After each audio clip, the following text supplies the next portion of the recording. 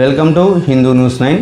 నేటి యువత లవ్ అనే 2 అక్షరాల మాయలో పడి కన్నవారిని కట్టుబాట్లను వదిలేసి జీవితాలను అంధకారం చేసుకుంటున్నారు.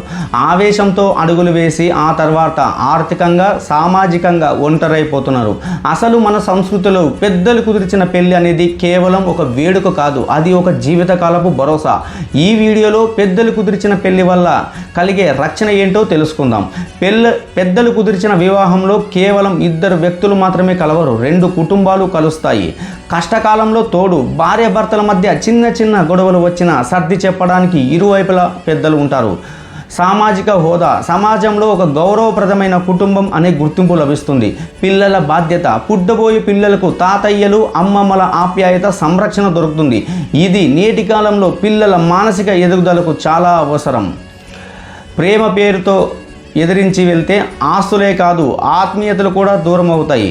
అదే పెద్దలు కుదిర్చిన పెళ్లిలో ఆర్థికంగా పునాది. తల్లిదండ్రులు తాము సంపాదించిన ఆస్తిని, నగలను పిల్లలకు ఇచ్చి వారి కొత్త జీవితానికి బలమైన ఆర్థిక పునాది వేస్తారు. వ్యాపార వారసత్వం, తండ్రి నడుపుతున్న వ్యాపారము లేదా వృత్తిలో పిల్లలకు భాగస్వామ్యం లభిస్తుంది. దీనివల్ల 0 నుండి మొదలు పెట్టాల్సిన అవసరం వారికి ఉండదు. కట్న కానుకలు, వీటిని ఒక దురాచారం కాకుండా ఆడపిల్లలకి పుట్టింటి నుంచి ఇచ్చే ఒక ఆర్థిక భరోసాగా చూస్తే అది ఆ కుటుంబానికి ఆపదలో ఆదుకునే నిధి అవుతుంది. 18 నుండి 20 ఏళ్ల వయసులో హార్మోన్ల ప్రభావం వల్ల కలిగే ఆకర్షణను, ప్రేమ అనుకుని కెరీర్ను, తల్లిదండ్రుల నమ్మకాన్ని పక్కన పెడుతున్నారు. ఆస్తులు లేక, ఉద్యోగాలు రాక, కుటుంబ సభ్యులు రక్షణ లేక రోడ్డును పడుతున్న జంటలు ఎన్నో. లవ్ అనే పదాన్ని పక్కన పెట్టి లైఫ్ మీద దృష్టి పెట్టాల్సిన సమయం ఇది. భారతీయ సంస్కృతిలో పెద్దలు కుదిర్చిన వివాహం అంటే ఒక రక్షణ కవచం.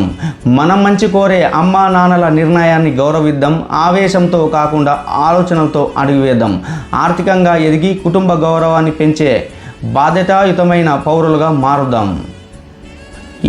జై హింద్, భారత్ మాతకు జై.